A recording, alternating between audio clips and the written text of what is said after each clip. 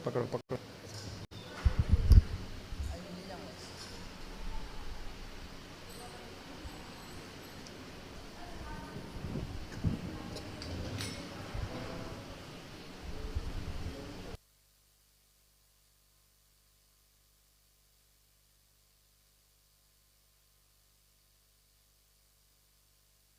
उसको सही कर दो।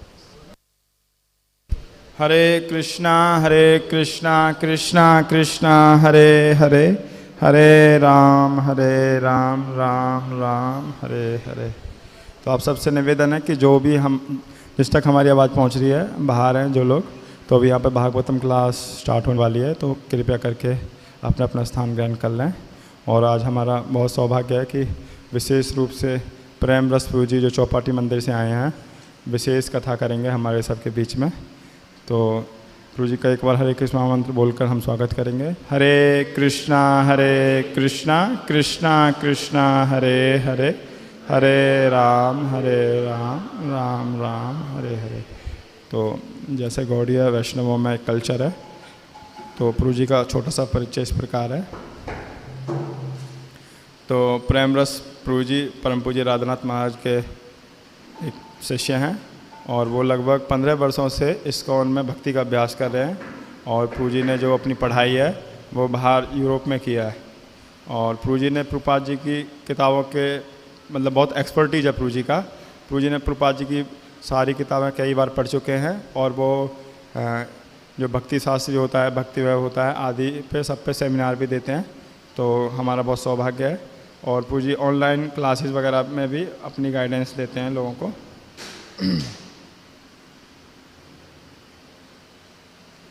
और उनको एक बहुत अनूठा मतलब एक जो भागवतम जो होता है, भागवतम वितरण का होता है व्रत, तो उनका प्रभु जी का उसमें लिखा है कि उन्होंने पिछले 6 वर्षों में दुनिया के शीर्ष 3 श्रीमद् भागवत वितरकों में से होने का एक अनूठा गौरव प्राप्त किया है। तो प्रभु जी का मतलब बुक डिस्ट्रीब्यूशन पे भी बहुत जोर रहता है। तो आज हमारा बहुत सौभाग्य है कि हम प्रभु जी के माध्यम से कृष्ण कथा का श्रवण करेंगे। तो आप लोग जो भी अपने फ़ोन हैं कृपया करके साइलेंट कर लें और इस साधु संघ का विशेष लाभ उठाएं। हरे कृष्णा कृष्णा कृष्णा हरे हरे, हरे राम राम राम हरे हरे। तो हम प्रभु जी की धर्मपत्नी माता जी आई हुई हैं, उनका भी विशेष स्वागत करेंगे हरि बोल बोलकर। हरि बोल।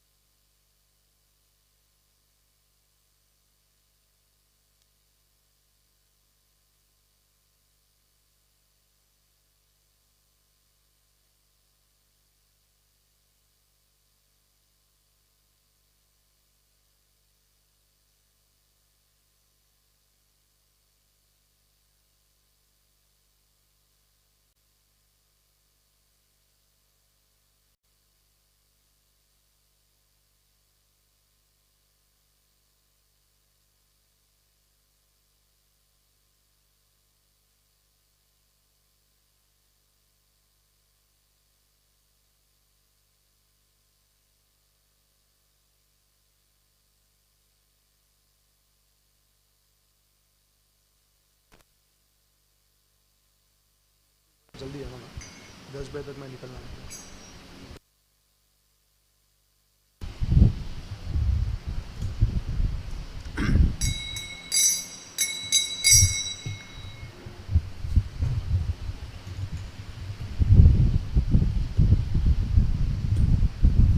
हरे कृष्णा।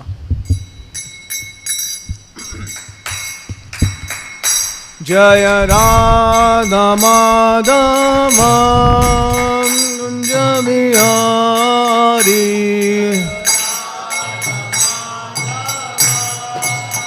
कुंज बिहारी। जय राधा माधव कुंज बिहारी।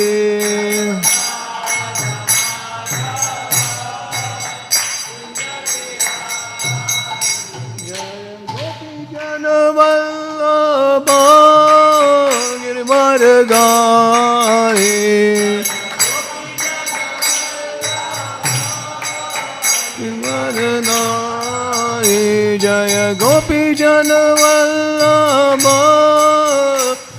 गिरवरधारी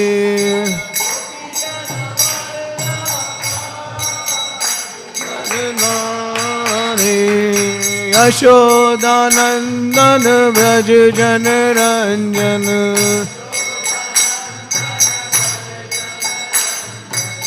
यशोदानंदन व्रज जन रंजन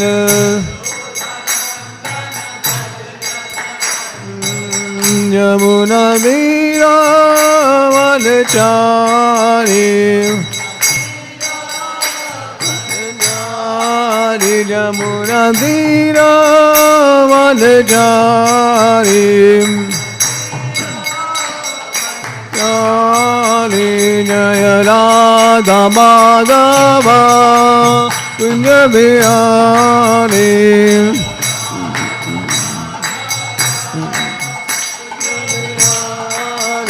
जय राधा माधव कुंज बिहारी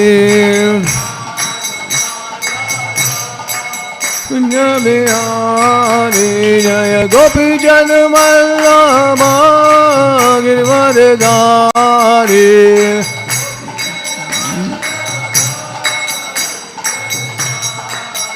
जय गोपी जन वल्लभ गिरवरधारी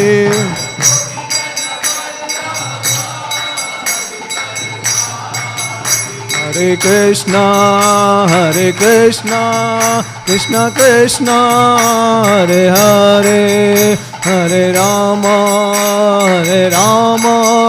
राम राम हरे हरे हरे कृष्णा कृष्णा कृष्णा हरे हरे हरे राम राम राम हरे हरे हरे कृष्णा कृष्णा कृष्णा हरे हरे हरे राम राम राम हरे हरे हरे कृष्णा कृष्णा हरे हरे हरे राम राम राम हरे हरे हरे कृष्णा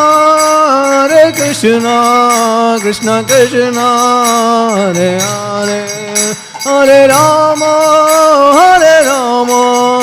राम राम हरे हरे कृष्णा कृष्णा कृष्णा हरे हरे हरे राम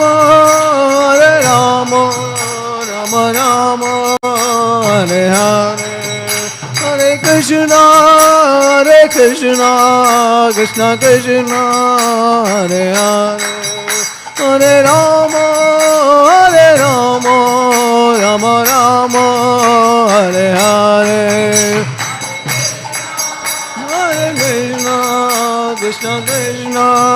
हरे हरे हरे राम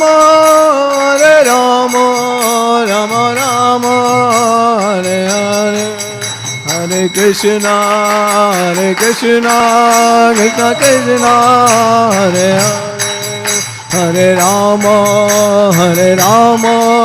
राम राम हरे हरे हरे कृष्णा कृष्णा हरे हरे हरे राम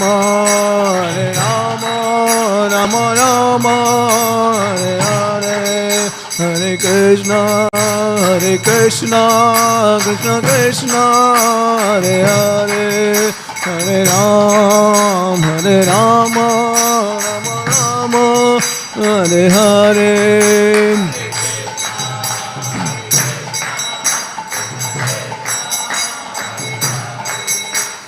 राम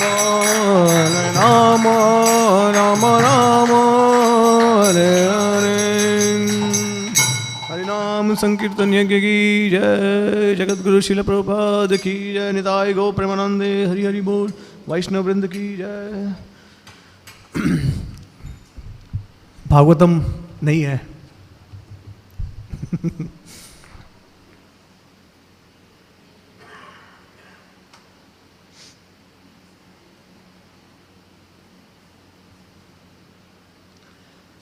ओम नमो भगवते वासुदेवाय। ओम नमो भगवते वासुदेवाय। ओम नमो भगवते वासुदेवाय। नारायणं नमस्कृत्यं नरं चैवं नरोत्तमं देवीं सरस्वतीं व्यासं ततो जय उदीरये। नष्टप्रायेषु अभद्रेषु नित्यं भगवत सेवय। भगवती उत्तमा श्लोके भक्तिर्भवती नैष्टिकीर्।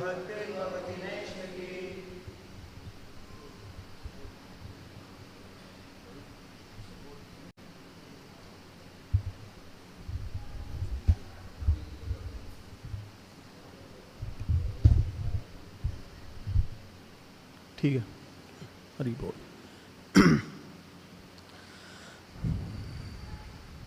धन्यं यशस्यम् आयुष्यं पुण्यं स्वस्ति अयनं महत्। स्वर्गं द्रव्यं सौमानस्यं प्रशस्यम् अगमर्शनम्। धन्यं यशस्यम् आयुष्यं पुण्यं स्वस्ति अयनं महत्। स्वर्गं द्रौम्यं सौमनस्यं प्रशस्यम् अगमर्शनम्। धन्यं यशस्यम् आयुष्यं पुण्यं स्वस्ति अयनं महत्। स्वर्गं द्रौम्यं समौनस्यं प्रशस्यम् अगमर्शनम्। धन्यम, ओ सॉरी, किसी को डिसाइड करना है तो आयुष्यम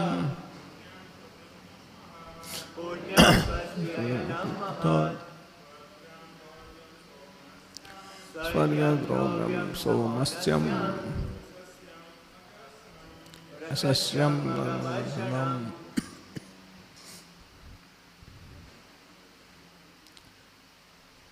और कोई? धन्यं यशस्यम् आयुष्यं पुण्यं स्वस्ति अयनं महत्। पुण्यं स्वस्ति अयनं महत्। स्वर्गं द्रौम्यं समौनस्यं प्रशस्यम् अगमर्शनम्। आयुष्यम्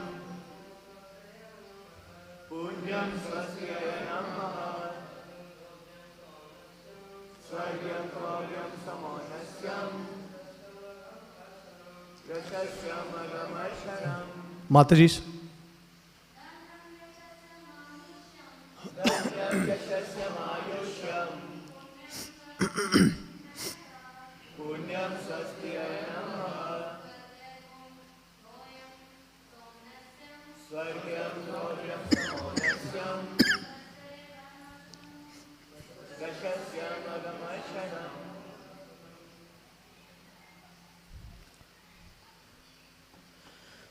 धन्यम, धन देने वाला। यशस्यम, ख्याति देने वाला। आयुष्यम, आयु बढ़ाने वाला। पुण्यम, पवित्र। स्वस्ति अयनम, कल्याण उत्पन्न करने वाला। महत, महान। स्वर्गम, स्वर्ग प्राप्त कराने वाले। द्रौम्यम, यह ध्रुवलोक। सौमस्यम, मन को भाने वाला। प्रशस्यम, यशस्वी। अगमर्शनम, समस्त पापों का नाश करने वाला। ध्रुव के आख्यान को सुनकर मनुष्य अपनी संपत्ति, यश तथा दीर्घायु की इच्छा को पूरा कर सकता है। यह इतना कल्याणकार है कि इसके श्रवण मात्र के से मनुष्य स्वर्गलोक को जा सकता है अथवा ध्रुवलोक को प्राप्त कर सकता है। देवता भी प्रसन्न होते हैं क्योंकि यह आख्यान इतना यशस्वी है, इतना सशक्त है कि यह सारे पाप कर्मों के फल का नाश करने वाला है। तात्पर्य, by his divine grace A.C. भक्तिवेदांता स्वामी श्रील प्रभुपाद। इस संसार में अनेक प्रकार के लोग हैं, इनमें सभी शुद्ध भक्त नहीं होते।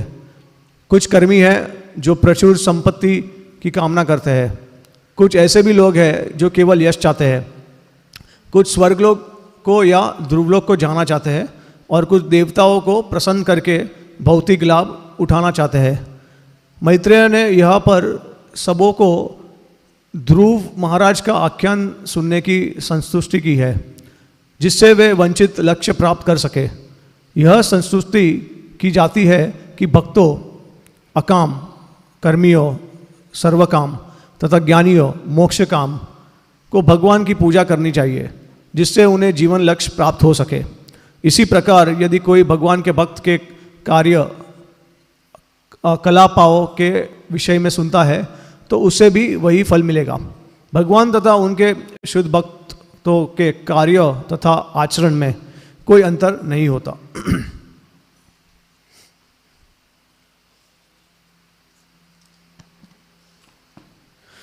ओम अज्ञानतिमिरन्दस्य ज्ञानाञ्जलशलाकाय चक्षुरुन्मिलितं येन तस्मै श्रीगुरुवे नमः। श्रीचैतन्यमनोभीष्टं स्थापितं येन भूतले स्वयं रूपा कदा मह्यं ददाति स्वपदान्तिकं। वन्देऽहं श्रीगुरु श्रीयुतात्पदकमलं श्रीगुरुं वैष्णवांश्च। श्रीरूपं साग्रजातं सगणा रघुनाथान्वितं तं सजीवं साद्वैतं सावधूतं परिजनसहितं कृष्णचैतन्यदेवं। श्रीराधां कृष्णपदां सगणा ललिता श्रीविशाखान्वितांश्च। हे कृष्ण करुणा सिंधु दीनबंधु जगतपते गोपेश गोपिका कांता राधा कांता नमस्तुते। तप्त कंचना गौरंगी राधे वृंदावनेश्वरी वृषभानुसुते देवी प्रणमामि हरिप्रिये। वाञ्छाकल्पतरुभ्यश्च कृपा सिन्धुभ्येव च पतितानां पावनेभ्यो वैष्णवेभ्यो नमो नमः। नमः ओं विष्णुपदाय कृष्णपृष्ठाय भूतले श्रीमते भक्तिवेदांत स्वामी इति नामिने।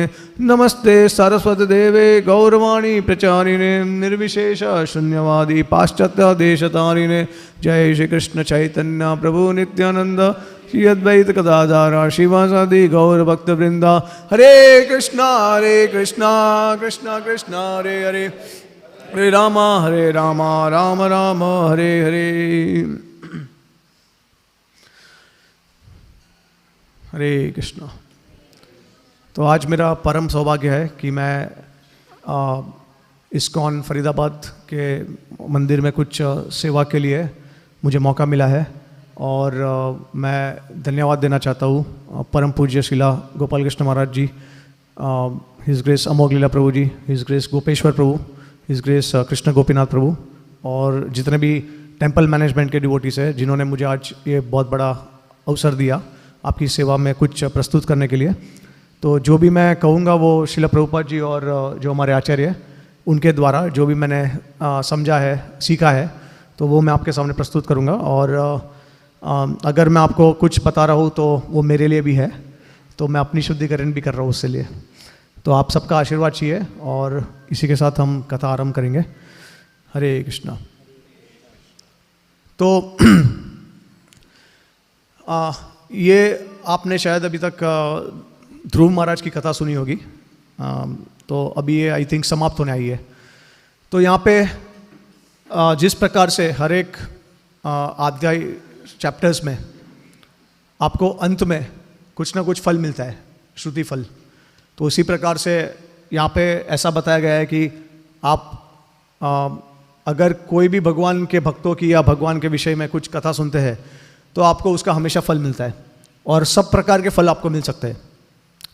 तो ऐसा भी शास्त्र में भागवत में वर्णन है, जैसे श्रीला प्रभुपाद जी यहाँ पे तात्पर्य में बताते हैं, अकामो सर्व कामो वा मोक्षदा उदारधि तीव्रेना भक्ति योगेना यजते पुरुषम परम।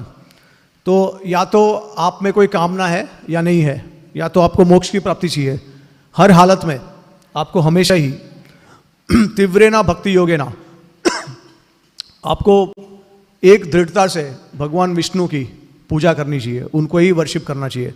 यजते पुरुषम परम, तो ये जो पुरुषम परम जो है वो एक्चुअली में भगवान कृष्ण है, क्योंकि श्रीमद् भागवतम में ये भी कहा गया है, सारे जितने भी अवतार है भगवान के उनका वर्णन किया है, और उसके बाद में अंत में कृष्ण का वर्णन किया है।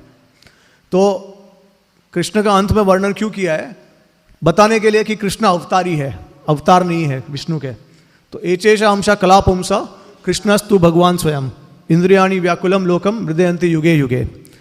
तो सारे भगवान के अवतार का वर्णन करने के बाद भगवान श्री कृष्ण का अवतार का वर्णन किया है। उसी तरीके से अगर आप देखेंगे तो विष्णु पुराण में भी, अभी भागवत पुराण जो है वो जो गौड़ीय वैष्णव है या फिर जो वल्लभ संप्रदाय है उनके लिए अमल पुराण है। शास्त्र सबसे ऊपर का शास्त्र है, वो सबसे श्रेष्ठ शास्त्र है। तो जो प्रमाण होते हैं अलग अलग शास्त्रों में, उसमें से सबसे श्रेष्ठ प्रमाण जो है वो श्रीमद् भागवतम है। लेकिन दूसरे संप्रदाय में जैसे रामानुज संप्रदाय में विष्णु पुराण को सबसे श्रेष्ठ माना जाता है। लेकिन अगर आप देखेंगे तो विष्णु पुराण में भी कृष्ण का गुणगान किया है और भगवान विष्णु के सारे अवतार से ज़्यादा गुणगान किया है। तो किस तरीके से? तो हम देख सकते हैं कि पराशर मुनि है, वो अलग अलग अवतार के बारे में चर्चा करते हैं, लेकिन अंत में भगवान श्री कृष्ण के बारे में चर्चा करते हैं। और वो जब चर्चा करते हैं उनके बारे में तो आश्चर्यचकित हो जाते हैं कि ऐसा अवतार मैंने कभी देखा नहीं है। ऐसा वो वर्णन करते हैं कि भगवान कृष्ण ही एकमात्र ऐसे अवतार है या अवतारी है या फिर एक ऐसे भगवान पुरुषम परम है जो सिर्फ वही है जो असुर को मोक्ष दे सकते हैं। असुर को, भक्तों को तो सभी मोक्ष दे सकते हैं, सारे भगवान के अवतार, ठीक है, भगवान शिव भी दे सकते हैं, लेकिन जो असुर को मोक्ष देने वाले वो सिर्फ केवल कृष्ण भगवान है। और इसका प्रमाण क्या है? तो पराशर मुनि ये बताते हैं कि आप देखेंगे तो जब भगवान नरसिंहदेव आए थे तो उन्होंने हिरण्यकशिपु को उनको क्या मोक्ष दिया था? उनको मोक्ष मिल गया था हिरण्यकशिपु को, या वारा अवतार आए थे तो हिरण्याक्ष और हिरण्यकशिपु, ये इन दोनों को क्या मोक्ष मिला था? अच्छा, हिरण्याक्ष और हिरण्यकशिपु कौन थे? जय विजय। कौन बोलता है जय विजय थे? तो सभी इतने सारे भक्त अगर बोल रहे हैं तो सही होगा लेकिन सही भी है और नहीं भी है, क्योंकि जीव गोस्वामी अपने संदर्भ में बताते हैं कि जय विजय जो है वो हमेशा नहीं आते हैं, वो सिर्फ एक कल्प में आते हैं। एक कल्प मतलब ब्रह्मा जी का एक दिन, ब्रह्मा जी का 12 घंटा, क्योंकि 12 घंटे में ही तो सृष्टि का निर्माण होता है और सृष्टि चलती है। बाकी 12 घंटे तो भगवान ब्रह्मा जी का सोने का समय है, तो उसमें तो सृष्टि का संहार हो जाता है। तो ये 12 घंटे में कल्प, एक कभी कभार कल्प में आते हैं जय विजय, लेकिन हमको तो पता है कि अनगिनत सतयुग त्रेता द्वापर कलयुग है, राइट। ब्रह्मा जी के 12 घंटे में कितने युग है, कितने दिव्य युग है? नहीं, ब्रह्मा जी के 12 घंटे में कितने दिव्य युग है? 1000, राइट। आपने जो बोला है वो मनवंतर का समय है, 71 मनवंतर्स। उस 12 घंटे के अंदर 14 मनु आते हैं, 14 मनु, और हर एक मनु का जो उनका जो पीरियड है, लाइफ पीरियड जो है वो 71 दिव्य युग है। तो दिव्य युग क्या है? दिव्य युग है सतयुग, त्रेता, द्वापर और कलयुग को आप जोड़ दीजिए तो एक दिव्य युग हो जाता है। तो ऐसे 1000 दिव्य युग मल्टीप्लाई कीजिए तो ब्रह्मा जी का 12 घंटा होता है, ठीक है। तो 71 इंटू 14 करेंगे तो अप्रॉक्सीमेटली आपको 1000 मिल जाएगा, ठीक है। अब इस जैसे कृष्ण भी जो है, स्वयं भगवान कृष्ण जो है वो सिर्फ एक बार आते हैं इस कल्प में, और वो कभी आते हैं तो उत्तर में। अभी आपको ये उत्तर जो है वो ना भागवत में है ना अन्य वैष्णव शास्त्र में है। आप देखेंगे तो ये जो इसका जो प्रमाण है वो या तो कुर्म पुराण में है या तो मत्स्य पुराण में है, और ये रूप गोस्वामी लघु भागवत अमृत में कोट करते हैं। तो कृष्ण कभी आते हैं? Once in a day of Brahma, और 7th मनवंतर के समय पे वैवस्त मनु। पहले जो मनु है वो स्वयंभू मनु है, और 7th मनु जो है वो वैवस्त मनु है। ठीक है, तो वैवस्त मनु में भी अब मनु का जैसे मैंने आपको बताया कि 71 दिव्य युग है, तो जो 28 दिव्य युग है वैवस्त मनु का, 28 दिव्य युग, उसके द्वापर युग में भगवान कृष्ण आते हैं, और उसी के बाद चैतन्य महाप्रभु आते हैं। बस ये 14 मनु के समय में ये एक ही बार होता है, ब्रह्मा जी के एक दिन में। तो जय विजय भी इसी समय आए थे, जो भगवान के नित्य पार्षद वैकुंठ में है, वो भी इसी समय आए थे। उनको शाप मिला था, कुमार ने शाप दिया था। लेकिन जीव गोस्वामी बताते हैं कि हर एक युग में नहीं आते वो। ठीक है, तो अभी देखिए, ये जो हिरण्याक्ष और हिरण्यकशिपु है वो एक्चुअली में असुर है, वो जय विजय नहीं है। तो अभी जब वारादेव और नरसिंहदेव भगवान ने इनका वध किया था, तो क्या उनको मोक्ष मिला था? मिला था, मिला था। तो नेक्स्ट जब भगवान के अवतार आए थे, कौन से अवतार थे नेक्स्ट? हिरण्याक्ष, वारा और नरसिंह के बाद कौन से अवतार आए? राम और, हाँ, तो ये जो रावण और कुंभकर्ण, और उसके बाद शिशुपाल और दंतवक्र के रूप में कृष्ण भगवान के साथ फेस टू फेस आए। तो अभी आप देख सकते हैं कि जब नरसिंहदेव और वारादेव ने उनको मारा तो उनको गति मिली। गति का मतलब है कि उनको ऑपुलेंस मिला, ज़्यादा ऑपुलेंस मिला। तो वो आए किसके रूप में? रावण और कुंभकर्ण के रूप में। तो उनको बहुत सारा धन मिला, बहुत सारा ऑपुलेंस उनको मिला। क्यों? ऐसा कारण गया है, बताया गया है, क्योंकि उन्होंने जब नरसिंहदेव भगवान के साथ लड़ रहे थे, वो वारादेव के साथ जब लड़ रहे थे दोनों, तब उनको लग रहा था कि ये साधारण मनुष्य है, इसके वजह से उनको मोक्ष नहीं की प्राप्ति नहीं हुई। और ऐसा बताया गया है जीव गोस्वामी ने कि जो भगवान की जो स्वयं की जो शक्ति है, शक्ति ऑफ अट्रैक्टिवनेस, वो सिर्फ कृष्ण ही प्रस्तुत कर सकते हैं। ना नरसिंहदेव कर सकते हैं, ना वारादेव, ना राम, ना और कोई दूसरा अवतार। तो इसके लिए जब दूसरी बार आए रावण और कुंभकर्ण के रूप में, बाद में उनको वापस जब युद्ध हुआ उनका और वो मारे गए, तभी उनको मोक्ष नहीं मिला। फिर थर्ड टाइम बाद में शिशुपाल और दंतवक्र के रूप में आए, तब उनको और ज़्यादा धन मिला। क्योंकि रामचंद्र भगवान, देखिए, भगवान वैसे तो हर अवतार जो है सनातन रूप से मौजूद है। जो उनका गोलोक धाम है और वैकुंठ धाम है तो सनातन रूप से। तो ऐसा नहीं बोल सकते कि मुर्गी अंडे में से आई है या अंडा मुर्गी में से आया है, क्योंकि दोनों सनातन रूप से मौजूद है, राइट। तो इसका क्या मतलब है कि हम जब बोलते हैं कि कृष्ण अवतारी है, कि कृष्ण स्वयं भगवान है, उसका मतलब ये है कि जितने भी भगवान के रूप है, स्वरूप है, उसमें से सबसे ज़्यादा जो क्वालिटीज डिस्प्ले करते हैं वो भगवान कृष्ण है। तो हमारे आचार्य बताते हैं कि अनगिनत वैसे तो गुण है भगवान में, लेकिन 64 गुण जो है वो मेन है। तो 64 गुण भगवान कृष्ण ही सिर्फ प्रस्तुत करते हैं, बाकी विष्णु जो जितने भी रूप है वो सिर्फ 60 करते हैं, और उसके बाद भगवान शिव जो है वो 55 करते हैं। और जो जीव है, जो ब्रह्मा जी है, हम सारे जीव तत्व के कैटेगरी में, ब्रह्मा जी भी जीव है, जितने भी देवी देवता है वो भी जीव है, इंद्र, चंद्र, वायु, सूर्य सब जीव है। और उनका समय जो है वो मनवंतर के जितना है। हर एक मनवंतर के बाद सारे देवी देवता का जो पोस्ट है वो बदली होता है। जिस तरीके से आप देख सकते हैं गवर्नमेंट ऑफिस में भी कभी कभी सब लोग, अलग अलग लोगों को अलग अलग पोस्ट चेंज होते रहते हैं, ट्रांसफर होता है उनका एक जगह से दूसरे। उसी प्रकार से कर्म के हिसाब से कोई कोई जीव जो है वो इस देवी देवता का पोस्ट लेते हैं, और फिर उनका एक मनवंतर के बाद उनका या तो वो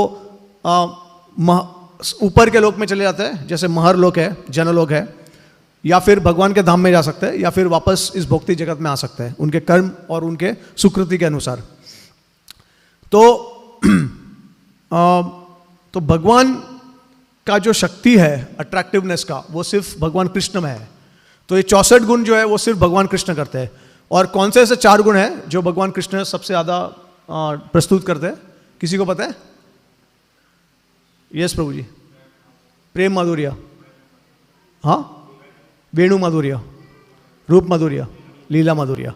तो आप देख सकते हैं कि प्रेम जो है भगवान कृष्ण का जो आदान प्रदान होता है प्रेम का भक्तों के साथ, वो एक अलग ही स्तर का है, बहुत ऊंचे स्तर का है।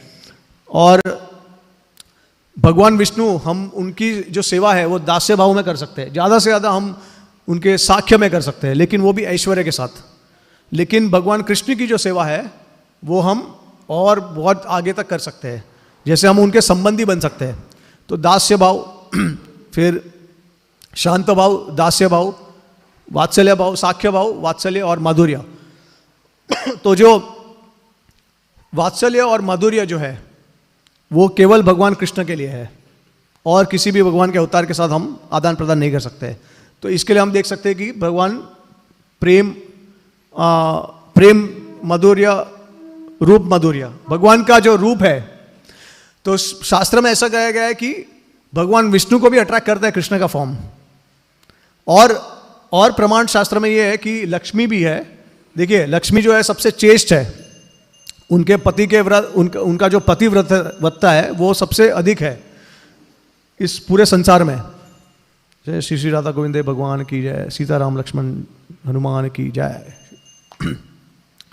तो उनका जो पतिव्रत जो है वो बहुत श्रेष्ठ है लक्ष्मी का। लेकिन जब रासलीला होती है तो लक्ष्मी को भी भगवान कृष्ण के प्रति आकर्षण हो जाता है, और वो भी विष्णु को छोड़ के भगवान कृष्ण की रासलीला में शामिल होना चाहती है। तो अगर विष्णु में और कृष्ण में अंतर नहीं है तो फिर लक्ष्मी जी को इस प्रकार का एक्सपीरियंस कैसे हो सकता है? तो इसका मतलब शास्त्र में ही ये सब क्लियर है, वर्णन है। तो इस तरीके से समझ सकते हैं कि भगवान कृष्ण का जो रूप है वो सबसे आकर्षित करता है जीवों को, और ना ही सिर्फ जीवों को लेकिन विष्णु को भी आकर्षित करता है। तो अगर एक लीला भी अगर आप देखेंगे तो भागवत में एक लीला का वर्णन है जहाँ पे विष्णु भगवान कृष्ण को उनके दर्शन के लिए इतना आतुर थे कि उन्होंने एक ब्राह्मण के पुत्र का वध कर दिया था, बहुत सारे पुत्रों का। और फिर अर्जुन के साथ में भगवान कृष्ण जो है वो महाविष्णु के लोक में गए थे। तब विष्णु ने उनको अपना डिजायर, इच्छा प्रकट की कि मुझे आपको देखने के लिए ये सब ड्रामा करना पड़ा। तो भगवान महाविष्णु को भी भगवान कृष्ण के दर्शन दुर्लभ है। आप सोच सकते हैं कि कितना आकर्षित होगा कृष्ण भगवान का जो रूप है वो। दूसरा एक चीज हमारे आचार्य ये बताते हैं कि भगवान कृष्ण का स्वरूप जो है, जो असली स्वरूप है, वो बहुत दुर्लभ है, वो देवी देवताओं को भी दिखने नहीं मिलता है। इसके लिए अगर देखेंगे तो भगवत गीता में जीव गोस्वामी बताते हैं कि अर्जुन ने पहले भगवान का विश्व स्वरूप देखा, ठीक है, और उसके लिए उनको दिव्य दृष्टि की जरूरत पड़ी। लेकिन एक्चुअली भगवान, अर्जुन तो भगवान के शुद्ध भक्त है, नित्य पार्षद है, तो वो तो भगवान का स्वयं रूप देख रहे थे, जिस प्रकार से वो उनका जो 2 हाथ है, राइट, और उनका जो माधुर्य रूप है, स्वरूप, वो भगवान का देख रहे थे साक्षात। तो अब विश्वरूप देखने के बाद अर्जुन को सेटिस्फेक्शन नहीं मिला, तो उन्होंने भगवान को क्या रिक्वेस्ट की कि आप अपने चतुर्भुज रूप में दर्शन दीजिए। तो भगवान विश्वरूप दिखाने के बाद, अभी विश्वरूप तो एक टेम्पररी स्वरूप है भगवान का, वो परमानेंट नहीं है, इटर्नल नहीं है, और वो इमेजिनरी है। आप जितना जो इमेजिन कर सकते हो उतना कर सकते हैं इस ब्रह्मांड में, उस प्रकार से भगवान अपना रूप प्रकट करेंगे। तो वो इमेजिनरी और टेम्पररी रूप है विश्वरूप। फिर बाद में क्या किया, अर्जुन ने पूछा आपका चतुर्भुज रूप दिखाइए, तो भगवान ने अपना चतुर्भुज रूप दिखाया। फिर भी अर्जुन को सेटिस्फैक्शन नहीं मिला, तृप्ति नहीं हुई। उसके बाद अर्जुन ने रिक्वेस्ट किया भगवान आप अपने 2 हाथ के जो आपके जो नेचुरल फॉर्म है उसमें आ जाइए। तो बाद में भगवान ने अपना 2 हाथ का वापस, तब जाके अर्जुन ने उसको बहुत ज़्यादा खुशी हो गई। तो ये बताता है कि भगवान कृष्ण का जो 2 हाथ का जो स्वरूप है वो सबसे श्रेष्ठ है। अब कृष्ण भगवान के अलग अलग स्वरूप भी है, जैसे वृंदावन में श्याम सुंदर है, लेकिन मथुरा और द्वारका में वासुदेव स्वरूप है। तो ऐसा कहा गया है कि जब वृंदावन से भगवान मथुरा द्वारका गए थे तो एक्चुअली में अप्रकट हो गए थे वृंदावन में। कौन गया था मथुरा और द्वारका? वसुदेव भगवान का जो स्वरूप है वो गया था। तो वसुदेव जो भगवान का स्वरूप है वो कभी कभी 2 हाथ वाला है, कभी कभी 4 हाथ वाला है। तो भगवान ने 4 हाथ वाला जो चतुर्भुज रूप है वो द्वारका में रुक्मिणी जी को दिखाया था, लेकिन ज़्यादातर उनका जो रूप है वो 2 हाथ वाला है। बट जो मथुरा और द्वारका में वो ऐश्वर्यमयी है, और वृंदावन में है वो मधुर्यमयी है। वृंदावन परित्यजम पादम एकम न गच्छति। भगवान कृष्ण जो है एक कदम वृंदावन से बाहर नहीं लेते। ठीक है, तो ये रूप मधुर्य है। तो और तो बहुत सारा डिटेल है उसके बारे में, लेकिन एक्चुअली ध्रुव महाराज की कथा है तो थोड़ा सा साइड ट्रैक हो गया मैं, लेकिन हम इसके बारे में वापस मैं आ जाऊंगा ध्रुव कथा में। तो ये रूप मधुर्य, प्रेम मधुर्य, लीला मधुर्य, जिस तरीके से भगवान ने लीला की है सब आप देख सकते हैं भगवान की लीला कितनी आकर्षित है। कोई भी किसी भी देवी देवता के कंपैरिजन में भगवान कृष्ण की लीला सबसे श्रेष्ठ है, ये तो किसी को भी पता चल सकता है। ऐसा बताया गया है कि अगर भगवान कृष्ण मूतते भी थे, ठीक है, नेचर्स कॉल भी अगर करते थे, तो बहुत सारे जो पोएट है वो उनके बारे में गुणगान करते थे कि किस तरह भगवान ने ऐसा किया करके, उनके उसके बारे में गुणगान करते हैं। तो भगवान की हर एक लीला जो उन्होंने की है व्रज में, उसके बारे में अनगिनत लोगों ने उनका गुणगान किया है। और आप देखेंगे तो श्रीमद् भागवतम में जितनी टिप्पणी दी है उतनी कोई शास्त्र में किसी ने टिप्पणी नहीं दी है। इसके लिए श्रीमद् भागवतम अमल पुराणम, चैतन्य महाप्रभु ने कहा कि भागवत से कोई श्रेष्ठ कोई दूसरा शास्त्र नहीं है। और भागवत ऐसा शास्त्र है, उसके बारे में अगर मैं गुणगान करूंगा तो हमारे जिस तरह से आचार्य ने बताया है तो वो एक अलग ही क्लास चाहिए उसके लिए। तो मैं कृष्ण गोपीनाथ प्रभु जी को बोलूंगा कि अगर मुझे रिपीटेड अपॉर्चुनिटी दिया करे आने के लिए। लेकिन एक मैं आपको बता सकता हूं कि श्रीमद् भागवतम में ऐसे श्लोक दिए गए हैं, तो भागवतम अपने आप को ही अपना ही गुणगान करता है, जो अन्य शास्त्र कुछ नहीं करते अपने बारे में। तो जैसे भागवतम बताते हैं कि भागवतम जो है वो सन की तरह है, और सन जो होता है वो क्या करता है, जितने भी जहाँ पर भी अज्ञानता होती है या जहाँ पर लाइट नहीं होती, जहाँ पे प्रकाश नहीं होता है, वो सारे अज्ञानता को नष्ट कर देता है। तो उसी प्रकार से भागवतम जो है वो अपने आप को सूर्य की समान मानता है। अन्य कोई भी शास्त्र में इस तरीके का आप गुणगान नहीं देखेंगे। दूसरा, भागवतम ये बोल देता है कि मैं सिर्फ भागवतम पढ़ने से अन्य कोई शास्त्र की आवश्यकता नहीं है पढ़ने की। तो ऐसा शास्त्र दूसरे शास्त्र में किधर भी वर्णन नहीं है। ठीक है, फिर भागवतम में अगर आप देखेंगे तो सब बहुत सारे, एक्चुअली मैं अगर आपसे शेयर करूंगा तो देखिए, भागवतम एक ऐसा शास्त्र है जहाँ पे अगर आप देखेंगे ना तो हर एक श्लोक का एक मैट्रिक पैटर्न होता है श्लोक का। जैसे अनुस्तुप श्लोक जो है वो एक बेसिक उसका जो पैटर्न है, राइट, सर्वधर्मान परित्यज मामेकम शरणम व्रज अहम त्वा सर्व पापेभ्यो मोक्षामि मा शुच। तो ये 32 सिलेबल का एक श्लोक है। तो ये कॉमन देखेंगे भगवत गीता में ज़्यादातर ये है, लेकिन भागवतम में ये ऐसा शास्त्र है जहाँ पे जो मैट्रिकल पैटर्न जो है वो चेंज बहुत होता है। जैसे कभी कभी आप देखेंगे कि 32 सिलेबल है, कभी कभी बड़े बड़े वर्सेस है, उसमें ज़्यादा सिलेबल्स है, कभी कभी प्रोज सेक्शन में आता है। तो ऐसे अनगिनत ऐसे श्लोक के मैट्रिकल पैटर्न है भागवतम में, जो अन्य कोई शास्त्र में नहीं है। और ये क्यों है? क्योंकि सुखदेव गोस्वामी जो है वो अपने एक्सटेसी से बता रहे, भाव से बता रहे। तो जब वो भाव से बता रहे हैं ना, तो वो ऐसा नहीं सोचते कि अरे नहीं मुझे 32 सिलेबल ही उसी संदर्भ में मुझे भागवत का श्लोक बताना है। नहीं, वो अपने भाव में आके, और आप देखेंगे कि भागवतम में कोई ऐसा सीक्वेंस नहीं है, पहले कुछ बोलते हैं उसके बाद फिर हिस्ट्री में चले जाते हैं, फिर हिस्ट्री से और दूसरे हिस्ट्री में चले जाते हैं, फिर तीसरे हिस्ट्री में, फिर बाद में फ्यूचर में आते हैं, फिर फ्यूचर से वापस पास्ट में आते हैं। तो ऐसा कोई सीक्वेंस नहीं है भागवतम में। तो ये एक्चुअली में सुखदेव गोस्वामी का जो भाव है वो प्रस्तुत करते हैं। तो ऐसा कहा गया है कि भागवतम के जो श्लोक है उसमें लेयर्स ऑफ मीनिंग्स है। जितना आप अंदर गहराई में जाओगे उतना आपको और उसमें रस मिलेगा, उतना अलग अलग मीनिंग प्रस्तुत होंगे।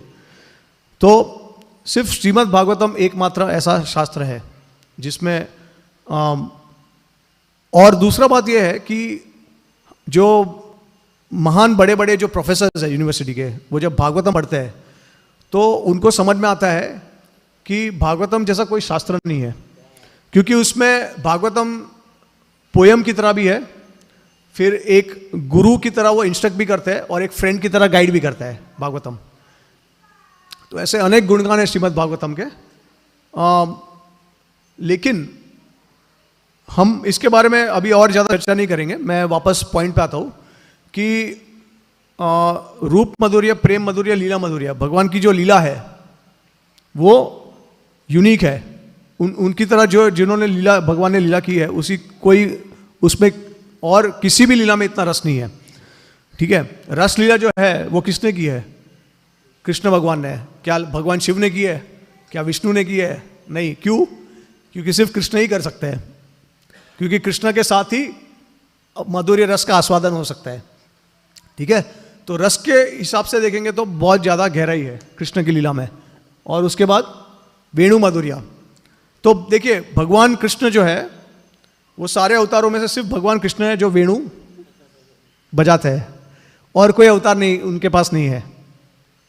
अब उनके सखा भी है, उनके पास भी वेणु होती है, लेकिन जो नोट होता है फ्लूट को बजाने का, वो सिर्फ कृष्ण के पास एक यूनिक नोट है, सिर्फ वही बजा सकते हैं, बाकी और कोई उनके सखा भी नहीं बजा सकते। लेकिन वैसे उनके सखा तो उनके सम्मान होते हैं, तो इसके लिए कृष्ण और उनके सखा ये बजा सकते हैं।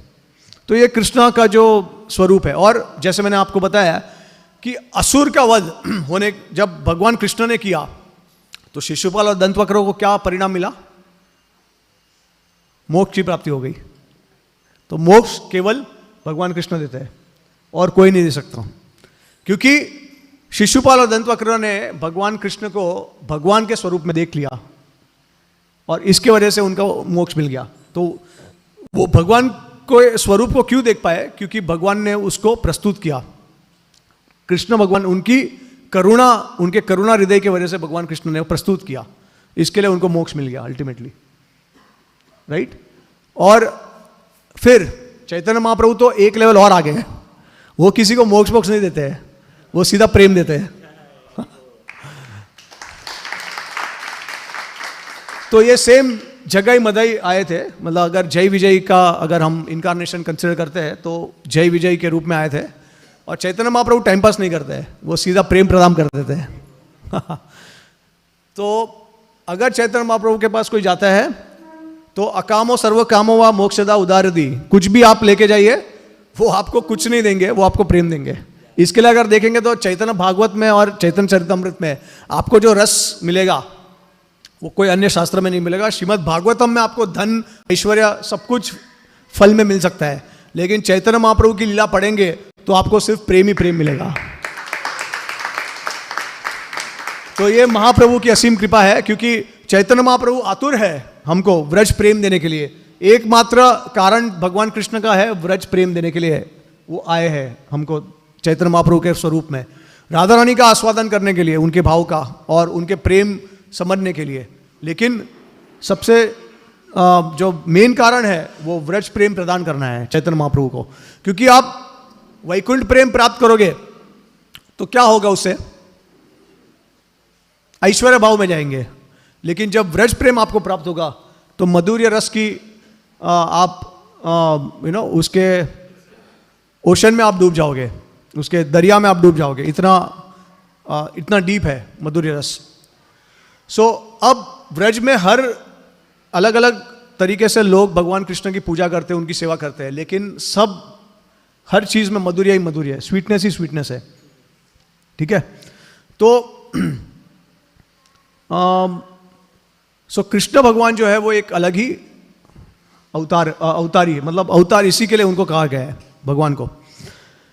और एक और चीज बताया हमारे आचार्य कि पराशर मुनि थे, ये तो विष्णु पुराण में भगवान या पराशर मुनि ने इसके बारे में उल्लेख किया है।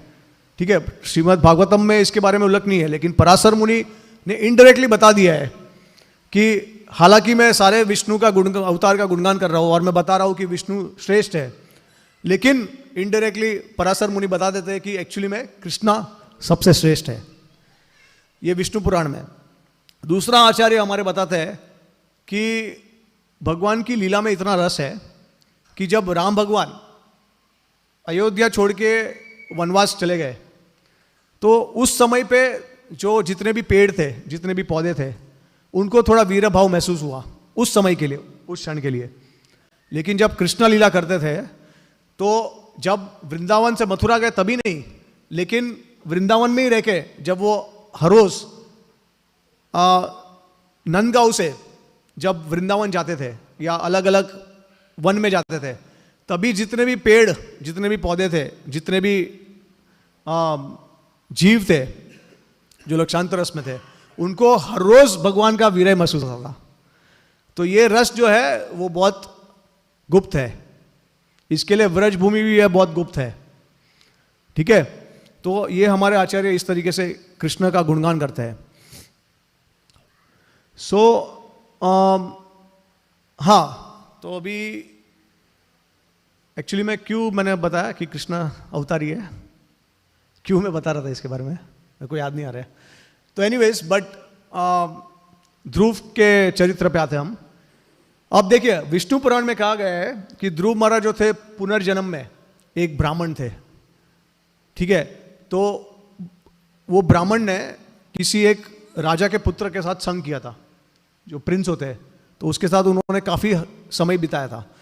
तो उस संग में उनको थोड़ा सा इंद्रिय तृप्ति करने की इच्छा हो गई, मतलब उनको एक राज्य चाहिए था, उनको एक धन चाहिए था, बहुत कुछ ऑपुलेंस की इच्छा हो गई उनको।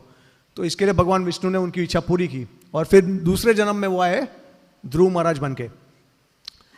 तो ध्रुव महाराज एक तरीके से, अब देखेंगे तो भागवत में ऐसा वर्णन है कि अपने ही शरीर में वो भगवान के धाम में चले जाते हैं, वैकुंठ में। ठीक है, और एक और चीज़ है कि भगवान सनातन है, उनके भक्त भी जो है वो भी सनातन है। जैसे नारद मुनि का भी वर्णन है, राइट, भागवत में वर्णन है कि उनका भी पुनर्जन्म है, और पहले जन्म में वो देवदासी थे, देवदासी के पुत्र थे, दासी के पुत्र थे। और एक बार उनके घर पे बहुत सारे भक्ति वेदांता शुद्ध भक्त आए थे, तो उन्होंने उनकी सेवा की, उनको प्रसन्न किया उनकी सेवा से, और उनका भागवत प्रसाद ग्रहण करके, महाप्रसाद, और उसके वजह से उनको भगवान कृष्ण की प्राप्ति हुई। तो उन्होंने उस जीवन में भगवान के दर्शन किए, लेकिन तभी भी भगवान अदृश्य हो गए। फिर अगले जन्म में नारद मुनि के फॉर्म में आए वो, और तभी उनको भगवान पूरी तरह से प्राप्त हो गए। लेकिन अभी हमारे आचार्य ये बताते हैं कि नारद मुनि जो है वो भगवान के सत्यवेश अवतार है। तो जो सत्यवेश अवतार होते हैं वो सभी सनातन है, पहले से ही है। ऐसा नहीं है कि कभी उन्होंने जन्म लिया है और कभी वो कर्म के बंधन में फंस गए थे।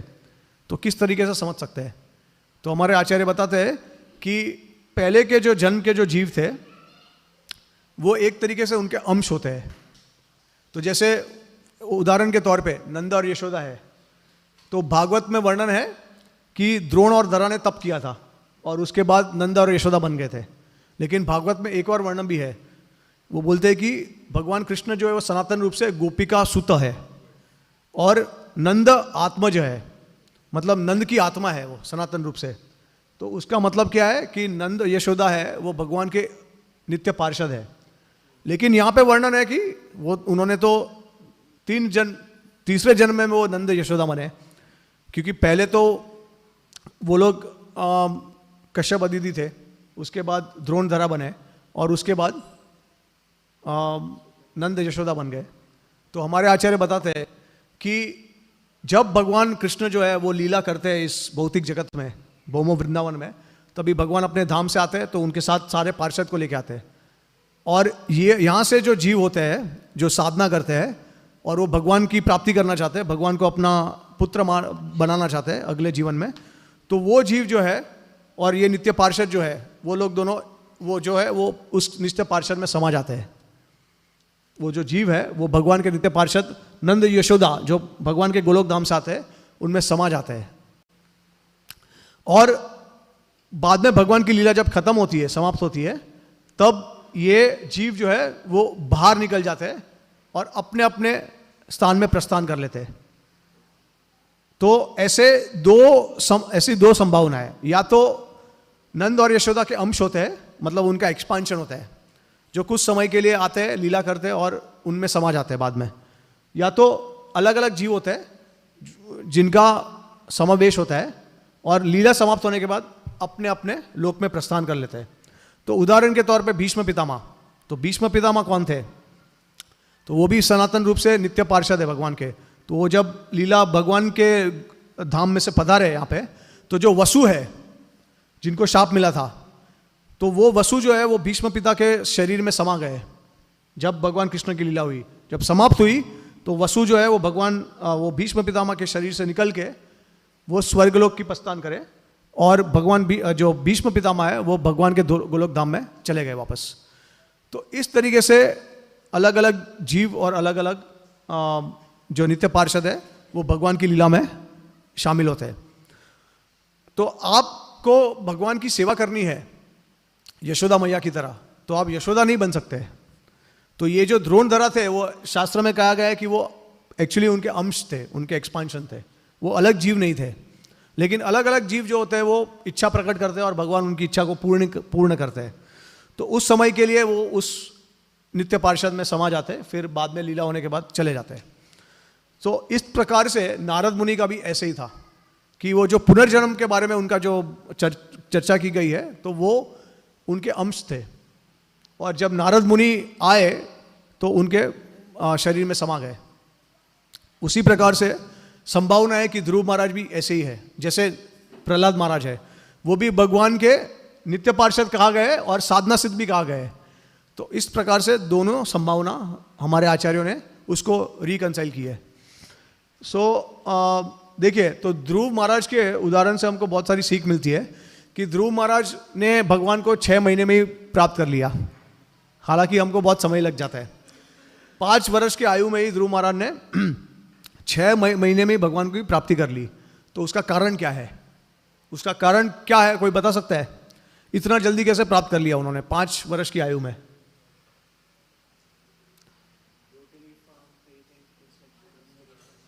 हाँ, तो प्रभु जी बता रहे हैं कि उनको उनके गुरु के प्रति श्रद्धा थी, ठीक है, और हाँ, दृढ़ निश्चय थी उनमें। और अच्छा, पुनर्जन्म के संस्कार उनमें आए थे, ओके। और शुद्ध भक्ति तो नहीं थी, उनका जो डिजायर था, मोटिवेशन था, वो अर्थार्थी। तो 4 प्रकार के जो भक्त होते हैं वो भगवान को अप्रोच करते हैं, अर्थार्थी, जिज्ञासु और ज्ञानी। तो ध्रुव महाराज अर्थ और अर्थार्थी थे, क्योंकि उनको एक ऐसा लोक चाहिए था, प्लैनेट, जो ब्रह्मा जी से भी बड़ा हो। ये उनका एक मटेरियल डिजायर था। और दूसरा, वो डिस्ट्रेस थे क्योंकि उनका इंसल्ट हुआ था। तो 2 कारण की वजह से भगवान को उनको अप्रोच करना था, लेकिन उनको शुद्ध भक्ति नहीं करनी थी, वो उनका गोल नहीं था, ठीक है। तो सबसे बड़ा कारण ये है कि उनको भगवान की प्राप्ति हुई क्योंकि भक्त की कृपा मिल गई, नारद मुनि की कृपा मिली उनको। तो उसके वजह से नारद मुनि ने उनके ऊपर ऑलरेडी कृपा कर दी और उनको एक ओम नमो भगवते वासुदेव का मंत्र जाप करने के लिए कहा। तो वो जाप करते करते ध्रुव महाराज की शुद्धिकरण हो गई, और बाद में जब उन्होंने भगवान के दर्शन किए तो जितने भी अनर्थ थे, जितने भी मटेरियल डिजायर थे, भौतिक इच्छाएं, वो सबका नाश हो गया। तो नारद की कृपा से उनकी दृढ़ इच्छा, जो उन्होंने जो तीव्र भगवान, जो देखिए, नारद मुनि ने तो उनको कृपा दी ही, लेकिन उन्होंने कृपा स्वीकार की। और कृपा उनकी किस तरीके से आई? आदेश से। अगर आप गुरु का आदेश पालन करते हैं तो आपको अपने आप कृपा मिल जाती है। तो उन्होंने नारद मुनि के आदेश का पालन किया, और उसके बाद धीरे धीरे जो उन्होंने तप किया, तो वो तप से वो भगवान विष्णु को प्रसन्न कर पाए। दूसरा चीज ये है कि नारद मुनि ने भी उनको अलग अलग परिस्थिति के अनुसार उन्होंने उनको आदेश दिया है। ऐसा नहीं कहा नारद मुनि ने कि आप ये सब छोड़िए और भक्ति में आ जाइए, आपका जो इच्छा है उसको आप त्याग कर दीजिए। और उन्होंने पहले डिस्करेज किया ध्रुव महाराज को कि आप छोटे हो, आप ये नहीं कर सकते हो, तो आप वापस चले जाइए अपने राज्य में। लेकिन ध्रुव महाराज ने कहा कि मैं तो एक क्षत्रिय हूँ, तो मुझे तो क्षत्रिय होता है तो उनमें एक अहंकार होता है कि कोई लड़का रहे तो सामने वो रिएक्ट करने को बहुत आतुरता होती है उनमें। तो क्षत्रिय के अनुसार उन्होंने नारद मुनि से कहा कि मुझे आप ऐसा आदेश दीजिए जो मैं पालन कर सकूं। फिर नारद मुनि ने उनको बताया कि आप भगवान विष्णु के ऊपर ध्यान कीजिए, आप तप कीजिए, और धीरे धीरे करके उनकी शुद्धिकरण होने लगी जब वो मंत्र जप करने लगे। तो उनमें इतनी तीव्रता थी कि भगवान विष्णु को आना पड़ा सिर्फ 6 महीने के अंदर। और दूसरा ये है कि उनकी, देखिए इसके लिए ऐसा कहा गया है कि अकामो सर्वकामो का मोक्षदा उदारति तीव्रेना भक्ति योगेना यदि पुरुषम परम, कि हर समय में, हर जगह पे, हर परिस्थिति में भगवान विष्णु का ही ध्यान करना चाहिए और उनकी पूजा करनी चाहिए, क्योंकि वो आपको सब कुछ प्रदान कर सकते हैं। और सब कुछ के अलावा, भौतिक सुख सुविधा के अलावा भी वो आपको अपना भक्ति भी प्रदान कर देंगे साथ साथ में। तो जब भक्ति प्रदान कर लेते हैं तो जैसे ध्रुव महाराज ने कहा कि I was looking for broken pieces of glass but I found a diamond. तो वो एक्चुअली में जो ये जो उनकी भौतिक इच्छा जो थी वो उनको तुच्छ लगने लगी भगवान के भक्ति के कंपैरिजन में। और उसके बाद उनको रिपेंटेंस हुआ कि मैंने एक्चुअली भगवान विष्णु को जो है वो भक्ति के भाव से अप्रोच नहीं किया, लेकिन अलग अलग मटेरियल डिज़ायर, कामना, वास के लिए अप्रोच किया। तो फिर बाद में उनको पश्चाताप हुआ और फिर उन्होंने शुद्ध भक्ति की। तो 36,000 साल तक ध्रुव महाराज ने राज्य को चलाया और भगवान विष्णु ने उनको ऑलरेडी बोल दिया था कि आपको 36,000 साल तक आपको राज्य करना है। तो उनकी कृपा से उन्होंने राज्य को संभाला। तो ये हर गृहस्थ के लिए एक सीख है कि हम अपने गृहस्थ जीवन में भक्ति साधना करते करते हम किस तरीके से हमारा जितना भी रिस्पॉन्सिबिलिटी है वो निभा सकते हैं इस संसार में। तो अगर गुरु का आदेश है, भगवान की कृपा है, तो हम गृहस्थी में भी हम आगे भक्ति में आगे बढ़ सकते हैं। तो अगर देखेंगे तो हर जितने भी राजा थे, या प्रियव्रत महाराज हो, परीक्षित महाराज हो, सभी ने राज्य को बहुत समय तक चलाया और बहुत सारा सुख सुविधा वो उसका भी उन्होंने ग्रहण की। सब जितने भी सुख सुविधा थी सबको ग्रहण किया उन्होंने। लेकिन बाद में जब समय आया तब सही समय पे वो सब कुछ त्याग करके भगवान की भक्ति में लग गए। तो इस प्रकार से हमको समझना चाहिए कि हालांकि जब गृहस्थ डिवोटी है वो इतना सारा कार्य करते हैं, लेकिन अंदर ही अंदर मन से उनको भगवान की पूजा करनी है और समय आने पे सब कुछ त्याग करने के लिए भी रेडी होना चाहिए हमको। तो ये ध्रुव महाराज के उदाहरण से हमको समझ में आ जाता है। और चैतन्य महाप्रभु इसके लिए ध्रुव की कथा सुनते थे 100 बार। ध्रुव चरित्र और प्रहलाद चरित्र कम से कम 100 बार सुनते थे वो गदाधर पंडित से। तो क्यों? तो आचार्य बताते हैं कि क्योंकि ध्रुव महाराज में इतनी तीव्रता थी, उस प्रकार की तीव्रता जो है चैतन्य महाप्रभु को गोपियों की याद दिलाती थी, क्योंकि वो गोपी भाव में थे। तो जब चैतन्य महाप्रभु ध्रुव और प्रहलाद के बारे में उनकी कथा के बारे में श्रवण करते थे तो उनको उनकी स्मरण होती थी गोपियों की, क्योंकि गोपी भाव में थे। तो इसकी वजह से चैतन्य महाप्रभु भी हमको सिखा रहे थे कि हर भक्त जो है वो हमको स्मरण करा सकता है। एक्चुअली में अगर देखेंगे तो भगवत गीता जो है तो कृष्णा ने अर्जुन को दिया है ज्ञान, लेकिन कृष्णा भी गोपी के बारे में सोच रहे थे। तो जैसे अलग अलग श्लोक जो है, जैसे पंडिता समदर्शिना जो एक श्लोक है, राइट, जहाँ पे अर्जुन को बताते हैं कि हर जीव में हमको भगवान को देखना चाहिए। तो एक्चुअली वो समय पे आचार्य शिला विश्वनाथ ठाकुर बताते हैं कि भगवान वो समय पे गोपियों का स्मरण कर रहे थे और वो गोपियों को हर जगह पे देख रहे थे। इसके लिए उन्होंने अर्जुन को बोला कि हर जगह पे मुझे देखना चाहिए। तो इस तरीके से बहुत सारे श्लोक है जिसमें भगवान रसिक अगर दृष्टि से देखेंगे तो भगवान गोपियों के बारे में सोच रहे थे, राइट। सो फिर ध्रुव की कथा से हमको यह भी पता चलता है कि किस तरीके से हमको अपने गुरुजन का आदर सम्मान करना है और उनको भूलना नहीं है। तो गुरु जैसे ध्रुव महाराज की जो गुरु थी वो कौन थी?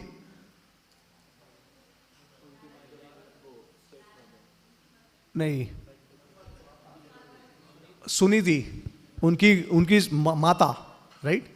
तो उन्होंने उनको भगवत का मार्ग दिखाया, भगवत भक्ति का मार्ग दिखाया, क्योंकि जब वो बहुत गुस्से में थे तो वो अपनी माँ के पास गए और फिर उन्होंने वर्णन किया उनको कि भाई क्या क्या हुआ मेरे साथ। तो जब उनकी माता ने उनको कहा कि आपको इतना दुखी नहीं होना चाहिए और भगवान की भक्ति करनी चाहिए और भगवान के पास जाना चाहिए, आप कुछ जो भी मांगना है आप भगवान से मांग सकते हो।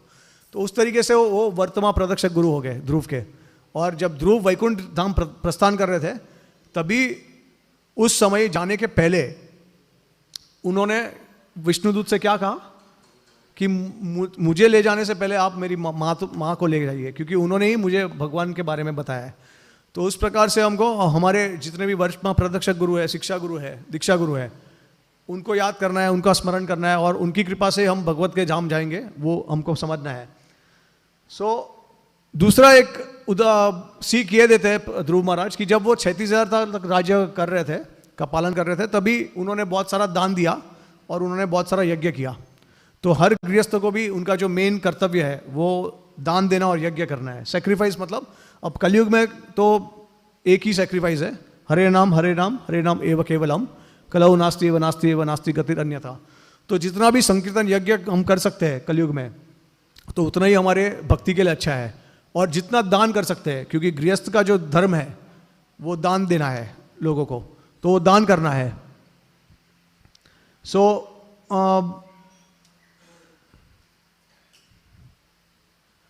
एक और चीज ये है कि देखिए, जितने भी हमारे शुद्ध भक्त हैं, नित्य पार्षद है भगवान के, तो उनके जीवन में बहुत सारे कठिनाई आई है, परेशानी आई है, लेकिन उन्होंने कभी भी भगवान का त्याग नहीं किया है, भगवान की भक्ति का। तो उदाहरण के तौर पर हम देख लेंगे कि अर्जुन जो पांडव थे, फिर ध्रुव महाराज है, प्रहलाद महाराज है। ऐसे अनगिनत भक्त जो है उनके जीवन में बहुत कठिनाई आई है। तो भक्त होने का मतलब ये नहीं है कि हमारे जीवन से कठिनाई चली जाएगी। एक्चुअली भक्ति में आने का कारण ये होता है कि कठिनाई से दूर हो जाए हम लोग। लेकिन जब भक्ति में आते हैं तो पता चलता है कि अरे बहुत ज़्यादा कठिनाई आ गई है, और ज़्यादा, क्योंकि अभी एक एक्स्ट्रा एलिमेंट ऐड हो गया उसमें, अपराध का। कि पहले तो अपराध का कोई प्रश्न नहीं था, इतना ज़्यादा कोई अपराध नहीं होता था, लेकिन वैष्णव संघ में आने के बाद अपराध होने लगे, तो अपराध की वजह से उसका जो फल मिलता है वो बहुत ज़्यादा सिवियर होता है। तो अपराध की वजह से और ज़्यादा हमको गंभीरता आ जाती है। तो लेकिन देखिए, ऐसा एक कहावत है, ऐसा कहा गया है कि when the lord test a neophyte, it is for his purification, and when the lord test a pure devotee, it is for his glorification. तो भगवान जितने अपने नित्य पार्षद है उनका गुणगान करते हैं, इसके लिए उनको कष्ट देते हैं, ताकि वो दिखाना चाहते हैं कि मेरे भक्त जो है वो कोई भी परिस्थिति में मेरा नाम जपना, मेरा भक्ति करना नहीं छोड़ते। और जितने भी साधना सिद्ध भक्त है, जिन्होंने शुरुआत की है या फिर स्ट्रगल कर रहे हैं आगे जाने के लिए, जो साधना कर रहे हैं, उनको कष्ट क्यों आता है? उनका शुद्धिकरण के लिए। तो भगवान अपने भक्तों के साथ हर समय में रहते हैं। और एक्चुअली आचार्य ये भी बताते हैं कि कोई भक्त को कर्म नहीं लागू होता है, चाहे वो कनिष्ठ हो या उत्तमा हो, किसी को कर्म लागू नहीं होता है। लेकिन जब अपराध करते हैं तो जो कर्म नष्ट हुए होते हैं वो वापस आ जाते हैं। उसका जो फल होता है, कर्म जितने भी हमारे जो पाप होते हैं वो नष्ट हो चुके होते हैं, लेकिन अपराध करते हैं तो वापस आ जाते हैं। और अगर अपराध नहीं करेंगे तो कोई भी कर्म हमको छू नहीं सकता है। तो हर भक्त के जीवन में भगवान खुद इंटरफियर करते हैं। उनका जीवन जो है, उनके जीवन में कुछ किसी भी तरीके का कष्ट आता है या दुख आता है तो वो भगवान की देन है। तो इसके लिए हमको हमेशा ये समझना चाहिए कि हमारे जीवन में जो भी कष्ट आ रहा है वो भगवान उससे हमारा शुद्धिकरण कर रहे हैं, या फिर कोई अपराध की वजह से। अगर अपराध करते हैं तो हमको थोड़ा कंटेम्पलेट करके हमको सोचना चाहिए कि किसके प्रति हमने अपराध किया है, और उस भक्त के प्रति हमको क्षमा याचना करनी चाहिए और उनकी सेवा करनी चाहिए अपराध से दूर होने के लिए। लेकिन अगर ऐसा लग रहा है कि कोई अपराध नहीं किया है, तो अभी देखिए एक और मैं आपको शेयर करना चाहूँगा कि जो जड़ भारत थे तो उनका पतन क्यों हुआ। तो पहले तो श्रीमद् भागवतम में वर्णन है कि वो भाव के स्तर पे थे, लेकिन भाव के स्तर से वो एक्चुअली उनका पतन हो गया था, क्योंकि उनको अटैचमेंट हो गया था डियर से। तो शिला प्रभुपाद जी अपने तात्पर्य में ये बताते हैं कि क्योंकि उनसे कोई ऐसे बाई मिस्टेक उनसे गलती नहीं हुई थी, उन्होंने जानबूझ के ये गलती की। वो बार बार, एक बार चलो ठीक है, 2 बार ठीक है, भगवान आपको माफ़ कर सकते हैं, लेकिन अगर आप जानबूझ के अगर अपना अटैचमेंट बढ़ाते हो तो फिर धीरे धीरे आपका पतन होना शुरुआत हो जाती है। तो जीव गोस्वामी है वो बताते हैं, देखिए अलग अलग आचार्य अलग अलग एंगल से बता रहे हैं। तो प्रभुपाद जी ये बता रहे हैं कि जो भक्त होना चाहिए वो उसको बहुत केयरफुल होना चाहिए, उसको हमेशा भक्तों के संग में रहना चाहिए। प्रभुपाद जी ये बताते हैं। जीव गोस्वामी बताते हैं कि जड़ भारत को, भरत महाराज को पुनर्जन्म में उन्होंने कुछ तो बहुत बड़ा अपराध किया था, उसका फल उनको ये जन्म में भुगतना पड़ेगा, इसके वजह से वो भाव के स्तर से सीधा उनका पतन हो गया। तो जीव गोस्वामी ऐसा बताते हैं। और एक एंगल से जीव गोस्वामी बताते हैं कि एक्चुअली में जो भारत महाराज थे वो 24 घंटे भगवान का नाम जप कर रहे थे, तो कोई प्रश्न नहीं है कि उनका कोई पतन कर सके। तो एक दूसरे जगह पे ऐसा बताते हैं, विश्वनाथ ठाकुर ये बताते हैं कि एक्चुअली जो भरत महाराज है उनको एक भगवान के प्रति एक अलग ही प्रकार का प्रेम चाहिए था। मतलब ज़्यादा जैसे इंटेंसिटी होता है ना प्रेम में भी अलग अलग इंटेंसिटी होता है, तो उनको अपना इंटेंसिटी बढ़ाना था प्रेम का। उसके वजह से उन्होंने भगवान से मांगा ये इच्छा, उन्होंने भगवान से इच्छा प्रकट की कि मुझे आप प्रेम प्रदान और ज़्यादा प्रेम चाहिए मुझे आपके प्रति। तो भगवान ने उनकी इच्छा को स्वीकार किया और उनको 3 जन्म दिए। तो ये 3 जन्म में भगवान क्या करते हैं, हमारा वीरभाव बढ़ा देते हैं। वीरभाव बढ़ने से भगवान के प्रति आतुरता बढ़ती है और उससे हमारा प्रेम और ज़्यादा बढ़ता है। तो ये भारत महाराज, चित्रकेतु महाराज और इंद्रद्युम्न महाराज, ये तीनों ने इस प्रकार की इच्छा की थी भगवान के प्रति, तो भगवान ने इनकी इच्छा को पूर्ण किया। तो चित्रकेतु महाराज जो है वो कौन से दूसरे जन्म में किस रूप में आए, वो वृत्रासुर, और इंद्रद्युम्न महाराज किस रूप में आए, गजेंद्र के रूप में। तो ये भगवान की लीला थी। ठीक है, अब अलग अलग आचार्य अलग अलग एंगल से बता रहे हैं और हमको हर तरीके से सीख दे रहे हैं कि आपको भगवान की भक्ति के लिए अगर अपना जो भजन है वो आपको अगर उसको और तीव्र करना है तो भगवान उसकी इच्छा पूरी करते हैं। फिर आपको हमेशा भक्तों के संग में रहना है, वो दूसरा सीख है इससे। तो भक्तों के संग से दूर जाएंगे तो हमारा पतन हो सकता है। देखिए हम तो भाव के स्तर पे नहीं है तो हम उसको इमिटेट नहीं कर सकते।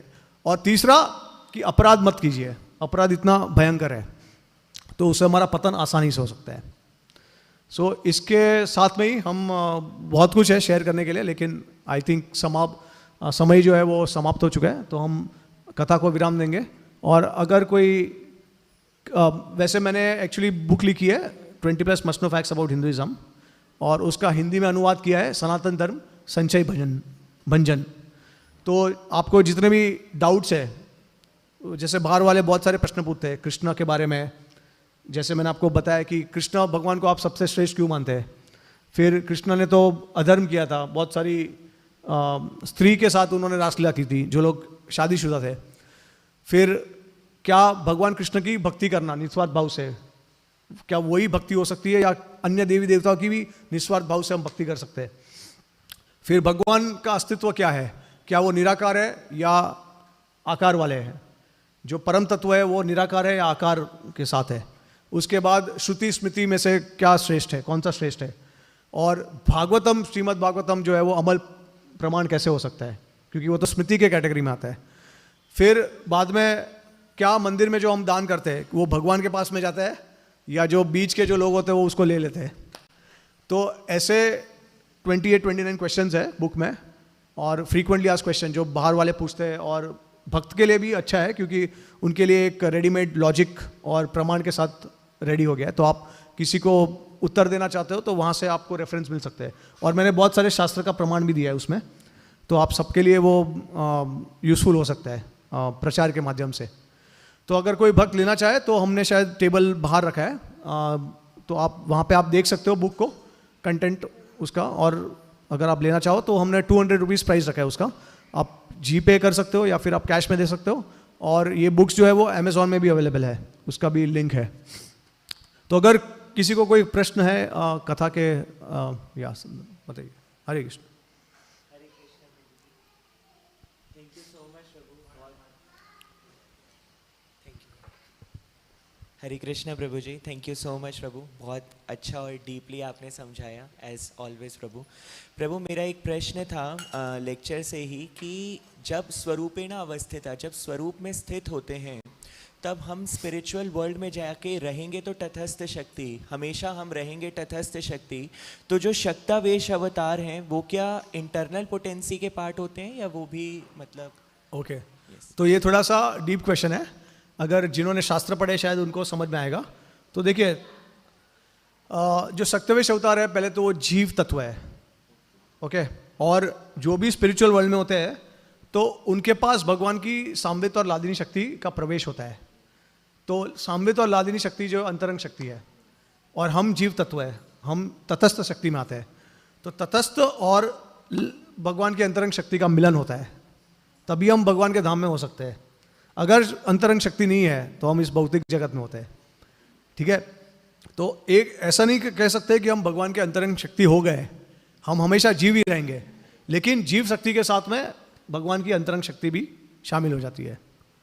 प्रभु, इसमें एक एडिशन कि जैसे जो भगवान के नित्य पार्षद जब यहाँ पर आते हैं प्रचार करने के लिए, तो वो भगवान की मतलब लादिनी शक्ति में, मतलब प्लेजर पोटेंसी में उन्हें सर्व कर रहे हैं, या किसी रूप में जैसे मंजरी भाव में या किसी में, तो वो फिर उस कैटेगरी में हुए ना, मतलब वो इंटरनल पोटेंसी के लादिनी शक्ति के एक्सपेंशन हुए ना। देखिए, शिला प्रभुपाद जी ने, अब आपको मैं एक बहुत इंटरेस्टिंग चीज़ बताता हूँ कि शिला प्रभुपाद जी को किसी ने लेटर लिख के प्रश्न पूछा था, और वो लेटर प्रश्न क्या पूछा था वो तो नहीं पता है क्योंकि वो रिकॉर्ड में नहीं है, लेकिन प्रभुपाद जी ने उत्तर में क्या लिखा कि out of the 6 Goswamis only 2 are नित्य सिद्धस, only 2 are gopis, Rupa Goswami and Raghunath Das Goswami, and the rest they are not gopis. तो ये अगेन थोड़ा सा, अभी हमने आज तक सुना है कि रूप सनातन, जीव गोपाल भट्ट, रघुनाथ भट्ट, ये सब गोपीज है। मंजरी उनके नाम भी पता है हमको, लवंग मंजरी, रति मंजरी, राइट, रूप मंजरी। तो फिर प्रभुपाद ऐसा क्यों लिख रहे हैं उस लेटर में? तो देखिए, ऐसा है कि प्रभुपाद जी ये बता रहे हैं कि रूप और रघुनाथ जो है वो भगवान के अंतरंग शक्ति में से है, और जो 4 दूसरे जो है वो भगवान के जीव शक्ति में से है। लेकिन उन्होंने साधना भक्ति की, उन्होंने अपना लक्ष्य प्राप्त कर लिया, मंजरी बन गए, अब वो जीव है लेकिन अंतरंग शक्ति में गोपी हो गई है। आप समझ गए? तो नित्य पार्षद में जरूरी नहीं है कि सब अंतरंग शक्ति है भगवान के। अंतरंग शक्ति मतलब उनका स्वयं एक्सपांशन है, राधा रानी का और कृष्ण का। तो जैसे नंद यशोदा है, वो अंतरंग शक्ति में आते हैं। तो राधा रानी है, अंतरंग शक्ति है। उनकी जो सखिया है, मंजरी गोपी जो है, अष्ट सखी है, अंतरंग, उनका काया व्यू है वो, ठीक है। लेकिन जीव भी है वहाँ पे सनातन रूप से, राइट, वैसा।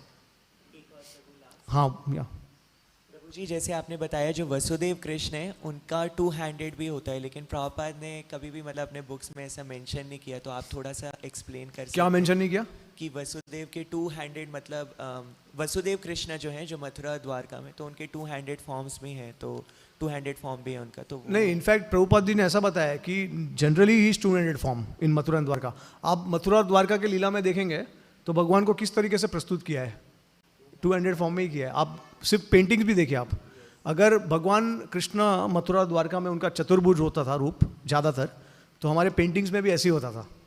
तो प्रभुपाद ने ये बताया कि जनरली भगवान is 2 handed form in Mathura and Dwarka, लेकिन कभी कभी वो 4 हाथ प्रकट कर लेते हैं उस तरीके से। यस, जैसे कुरुक्षेत्र में भी देखेंगे तो भगवान 2 हैंडेड फॉर्म में ही थे, राइट, लेकिन चतुर्भुज कभी कभी ग्रहण करते हैं। यस,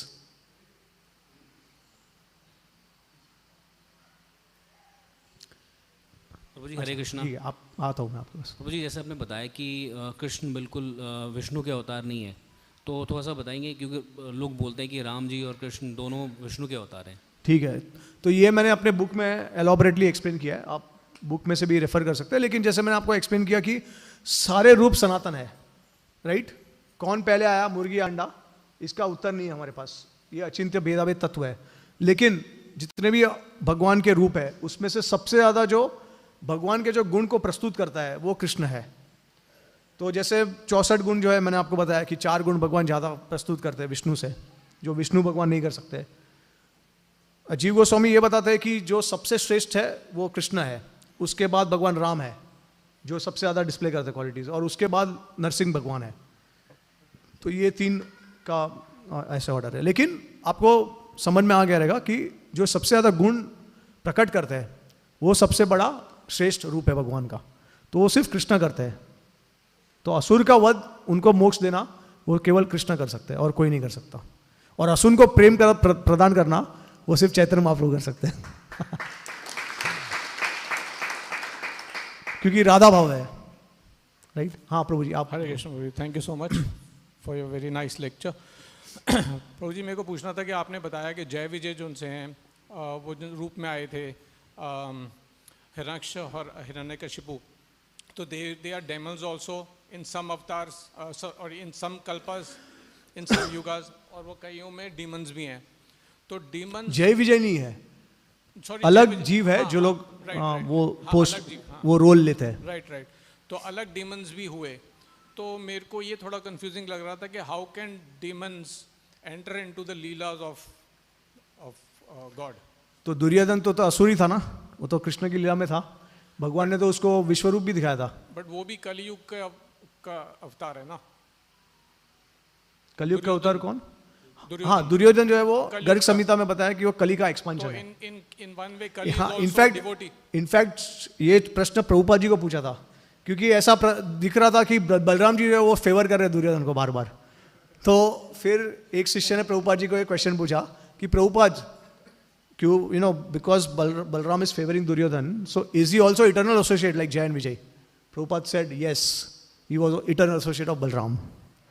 हरि बोल।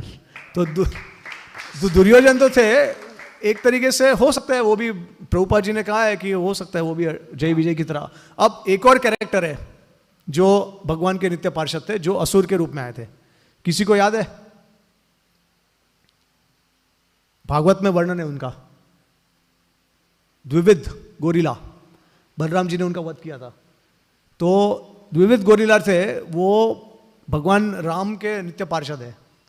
लेकिन जब लीला में आए थे, राम के लीला में, भौतिक जगत में, तब उन्होंने क्या किया? उन्होंने, भगवान ने उनका वध क्यों किया बलराम जी ने? क्योंकि उन्होंने जब राम की लीला में थे तो उन्होंने लक्ष्मण जी के प्रति अपराध किया। लक्ष्मण जी का उन्होंने उनको डिसरिस्पेक्ट किया, क्योंकि उनको लग रहा था कि लक्ष्मण जी जो है वो ऑर्डिनरी पर्सन है, उनमें इतनी शक्ति नहीं है जितनी भगवान राम में है। क्योंकि आपको याद होगा जब रावण ने आक्रमण किया था तो लक्ष्मण जी थोड़े समय के लिए मुरझा गए थे, राइट? तो वो देख के उनको लगा कि लक्ष्मण जी तो साधारण व्यक्ति है, तो तब से वो लक्ष्मण जी को ठीक से रिस्पेक्ट नहीं कर रहे थे। उसके वो अपराध की वजह से बलराम जी जब आए तो उन्होंने उनका वध किया। लेकिन हालांकि में वो एक्चुअली भगवान के नित्य पार्षद है, तो उन्होंने इस तरीके का रोल लिया था सिखाने के लिए। यही प्रश्न है प्रभु जी कि हमको जो अकॉर्डिंग टू माय अंडरस्टैंडिंग सिर्फ जो उनसे भक्ति हैं वो ही लीला में प्रविष्ट कर सकते हैं। हाँ, तो देखिए, नहीं, एक बात मैं आपको बताता हूँ, यहाँ पे क्लियर करना चाहता हूँ कि भगवान पहले के युग में सबको दिखते थे, असुर हो या सुर हो, उससे कुछ फर्क नहीं पड़ता है। कलयुग में भगवान दिखते नहीं है भौतिक दृष्टि के सामने। लेकिन क्या सही में असुर लोग भगवान को देख रहे थे? तो जीव गोस्वामी अपने संदर्भ में बताते हैं कि असुर लोग जो है वो भगवान को देख नहीं सकते कभी। हालांकि दुर्योधन या फिर जितने भी बाणासुर है या जितने भी असुर जो आए थे भगवान कृष्ण की लीला में, या फिर जरासंध है, जितने भी असुर जिन्होंने पांडव के खिलाफ युद्ध किया था, बहुत सारे असुर थे। लेकिन भगवान सामने मौजूद थे, लेकिन क्या वो भगवान को देख रहे थे? भगवान को नहीं देख पा रहे थे वो, क्योंकि भगवान अपने असली स्वरूप में सिर्फ भक्तों को दिख सकते हैं। प्रेमांजन चुरित भक्ति विलोचनेना संत सदैव हृदयेषु विलोकयांति यम श्याम सुंदरम अचिंत गुण स्वरूपम गोविंद मादि पुरुषम तम हम भजामि भक्त्या माम अभिजनाति यवन यश तत्व ततो माम तत्वतो ज्ञात्वा विशते तत् अनंतरम। मुझे देखने के लिए केवल भक्ति चाहिए। और इसके लिए मैंने आपको अर्जुन का भी उदाहरण दिया कि भगवान ने, देखिए, ये जो टू हैंडेड फॉर्म जो अर्जुन देख रहे थे वो अन्य देवी देवता कोई भी नहीं देख पा रहा था। इसके लिए कृष्ण क्या बोलते हैं गीता में, ये टू हैंडेड फॉर्म दिखाने के बाद बोलते हैं कि ये जो रूप है मेरा वो बहुत रहस्यमयी है और इसको कोई देख नहीं सकता, ये सिर्फ मेरे भक्त देख सकते हैं। ठीक है, तो भगवान का जो स्वरूप है, असली स्वरूप है उनका, जो भगवान एज ही इज, जैसे Bhagavad Gita as it is Prabhupada ji ने उसका अनुवाद किया है, तो भगवान एज ही इज, उनका जो सच अस्तित्व है, रियल अस्तित्व है, वो सिर्फ भक्ति देख सकते हैं। और किस तरीके से देख सकते हैं? भक्ति के भावना से, सेवा के भाव से।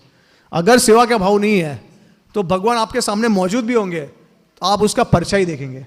तो ये जितने भी असुर थे वो भगवान का शिवम परछाई देख रहे थे, वो भगवान को साक्षात नहीं देख रहे थे। तो ये जीव गोस्वामी बताते हैं, ठीक है। लेकिन वो बेनिडिक्शन था कि अलग युग में भगवान भौतिक जगत में आते हैं और भौतिक दृष्टि के सामने प्रस्तुत होते हैं, लेकिन सच्ची में दिखते कि नहीं वो नहीं दिखते हैं, ऐसा है, ठीक है। ओके, और किसी को प्रश्न है? यस।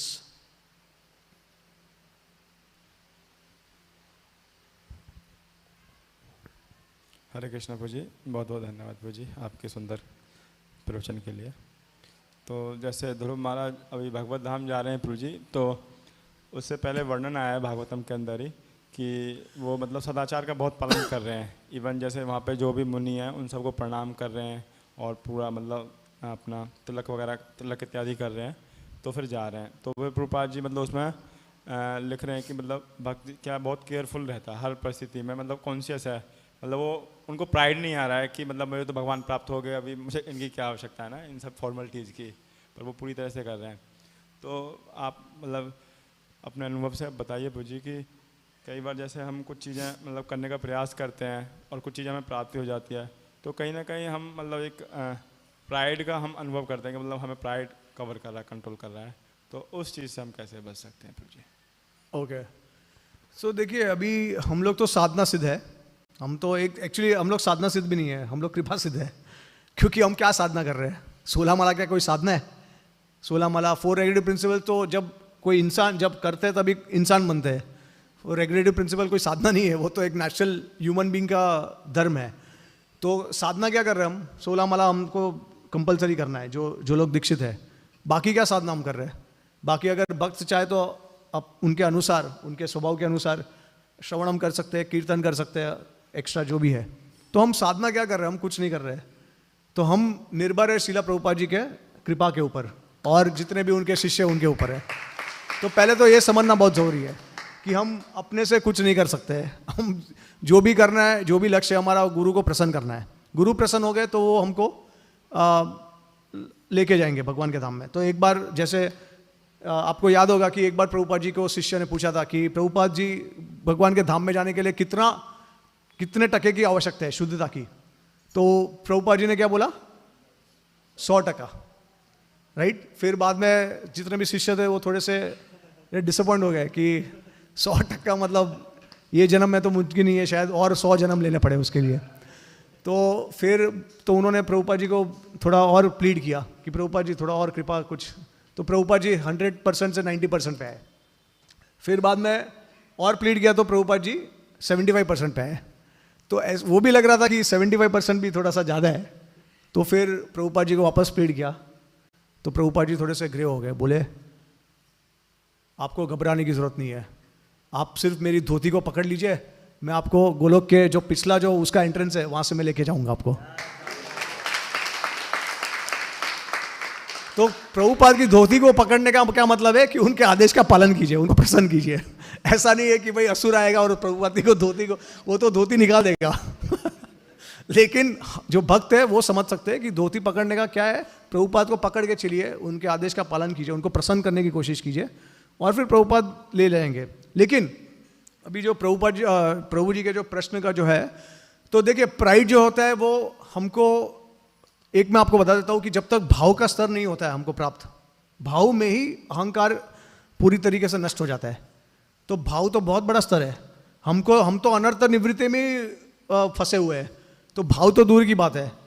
तो इसके लिए जब भी हमको इस तरीके का कुछ भाव आता है, जैसे हमको अहंकार आ गया है, तो हमको ज्ञान प्राप्त करना जरूरी है बार बार। इसके लिए नित्यम भागवत सेवाया, अगर हर रोज सुनेंगे, हर रोज भक्तों से सुनेंगे, उनके संग में रहेंगे, शास्त्र पढ़ेंगे या भक्तों से सुनेंगे, तो हमको क्या होगा, वो एज अ इंस्ट्रक्टिंग लाइक जैसे हमको कोई आदेश देता है हर रोज, क्योंकि हम भूल जाते हैं। कलयुग में भूलना बहुत आसान है। अब जैसे मैं अगर आपको बताऊं कि आप 1 घंटे पहले कहाँ पे थे और क्या कर रहे थे, तो आप सोचने लगोगे और शायद किसी को याद आ जाए। तो कलयुग में हर क्षण में हम भूलते जाते हैं। इसके लिए नित्यम भागवत सेवाएं करना बहुत जरूरी है। और दूसरी बात यह भी है कि हम देखिए, आपको पता है कि हम जप क्यों करते हैं हर रोज, और 16 माला हम क्यों करते हैं? आपको किसी को पता है क्यों 16 माला हम करते हैं हर रोज, और क्यों नित्यम रूप से करते हैं? ऐसा क्यों नहीं कि एक ही भगवान का हरे कृष्ण महामंत्र एक ही बार किया और भगवान की प्राप्ति हो गई? क्यों हम बार बार करते हैं?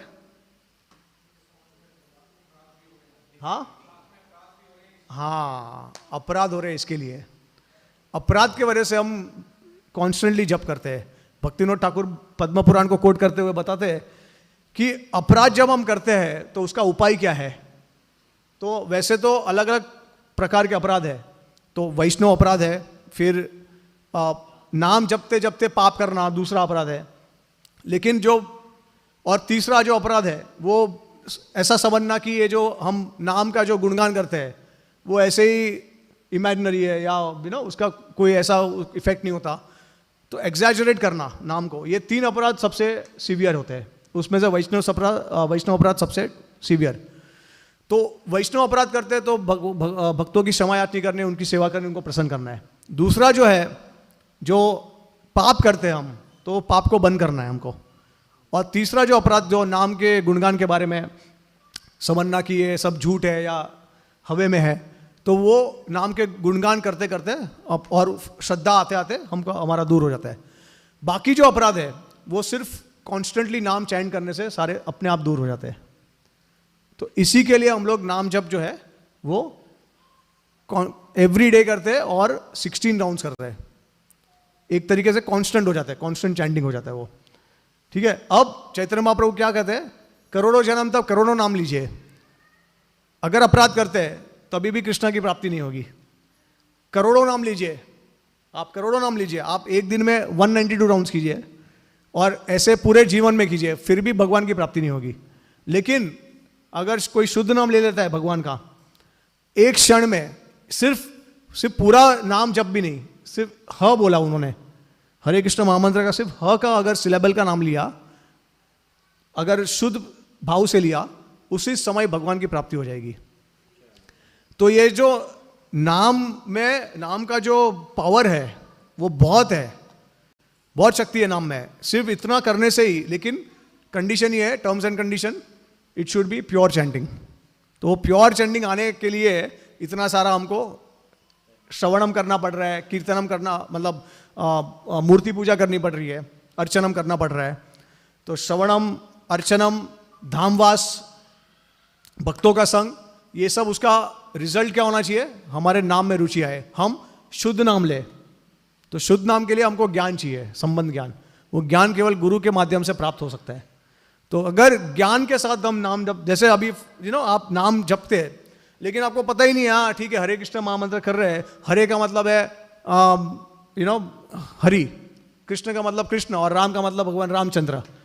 पहले तो हमको ऐसे ही लगता था कि ये जो इस्कॉन वाले हैं वो हरि कृष्ण और राम का गुणगान करते हैं, लेकिन बाद में पता चला कि हरे जो है वो राधा रानी का स्वरूप है, राइट, अंतरंग शक्ति है भगवान की। और वो Hare please engage me in Krishna service, हमको भगवान कृष्ण की सेवा में लगाइए। और राम जो है वो कौन है, भगवान राम है क्या, राधा रमणीय श्री कृष्णा। तो जो राधा को रमण कराने वाले हैं वो भगवान श्री कृष्ण है, मतलब राधा को प्लेजर देने वाले भगवान श्री कृष्ण, उसका नाम है राम। तो वो राम जो है, जो मधुर्य रास में है, जो राधा और कृष्ण की सेवा करना चाहते हैं, उनके लिए राम जो है वो राधा रमण है, राधा रमणीय कृष्णा। तो राम जो है वो भगवान कृष्ण का नाम है। लेकिन प्रभुपाद जी बोलते हैं कि जो लोग बलराम के भक्त हैं, जो लोग परशुराम के भक्त हैं, जो लोग राम के भक्त हैं, उनके लिए राम, रामचंद्र, बलराम या परशुराम। तो ये सब संबंध ज्ञान हमको पता चलते हैं कि किस तरीके से भगवान के साथ जुड़ना चाहते हैं, कौन से अवतार के साथ जुड़ना चाहते हैं, कौन से रूप के साथ, और क्या किस भाव में, किस रस में हम भगवान के साथ आदान प्रदान करना चाहते हैं। तो ये ज्ञान गुरु है, इसी के लिए गुरु है। ज्ञान देना गुरु का सबसे अहम कर्तव्य है। ज्ञान के बिना गुरु का कोई मतलब ही नहीं है। ज्ञान के द्वारा वो आपकी अज्ञानता को नष्ट करते हैं, आपके जितने भी संशय है उसका भंजन करते हैं। तो इसी के लिए हमने, मेरी बुक का नाम भी सनातन धर्म संशय भंजन रखा है, कि जितना भी आपको संशय होगा उसका भंजन होगा। तो कहने की बात यह है कि भक्तों के संग में आइए, ज़्यादा से ज़्यादा आप श्रवण शास्त्रों का अध्ययन कीजिए, उससे आपको हमेशा ध्यान रहेगा, याद रहेगा कि हमको नम्र होना है, हमको ये भाव हमेशा रखना है कि हम दास है सबके। तो उससे धीरे धीरे जो भी हमारा प्राइड है, अहंकार है, वो धीरे धीरे कम हो जाएगा। प्रैक्टिस है वो प्रोसेस।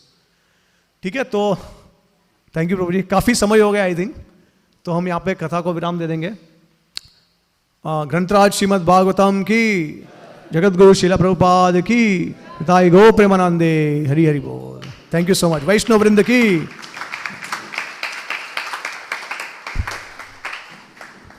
हरे कृष्णा कृष्णा कृष्णा हरे हरे, हरे राम राम राम। तो हम प्रभु जी का बहुत बहुत धन्यवाद करते हैं। प्रभु जी ने अपनी बहुत मतलब प्रभुपाद जी की किताबों की पूरी अंडरस्टैंडिंग है प्रभु जी को, और अपना अनुभव शेयर किया और बहुत सुंदर कृष्ण कथा की। तो बहुत बहुत धन्यवाद प्रभु जी, आप यहाँ पर आए और आपने हमें संग प्रदान किया। तो आपसे प्रार्थना भी है, जब भी आप दिल्ली एनसीआर में आ रहे हैं तो आप प्लीज़ फरीदाबाद भी आइए और आप आशीर्वाद दीजिए कि हम भी प्रभुपाद जी की धोती को पकड़ सकें जैसे आपने पकड़ा हुआ है प्रभु जी। तो प्रभु जी के लिए एक बार हरे कृष्ण। आशीर्वाद नहीं दे सकता हूँ मैं, लेकिन प्रार्थना जरूर कर सकता हूँ कि आप पकड़िए और आपकी धोती मैं पकड़ूँ। ठीक है, प्रभु जी के लिए एक बार हरे कृष्णा बोल के धन्यवाद करेंगे। हरे कृष्णा कृष्णा कृष्णा हरे हरे, हरे राम राम राम हरे। और आप सबसे निवेदन है, एक बार विजिट कर सकते हैं स्टॉल पर।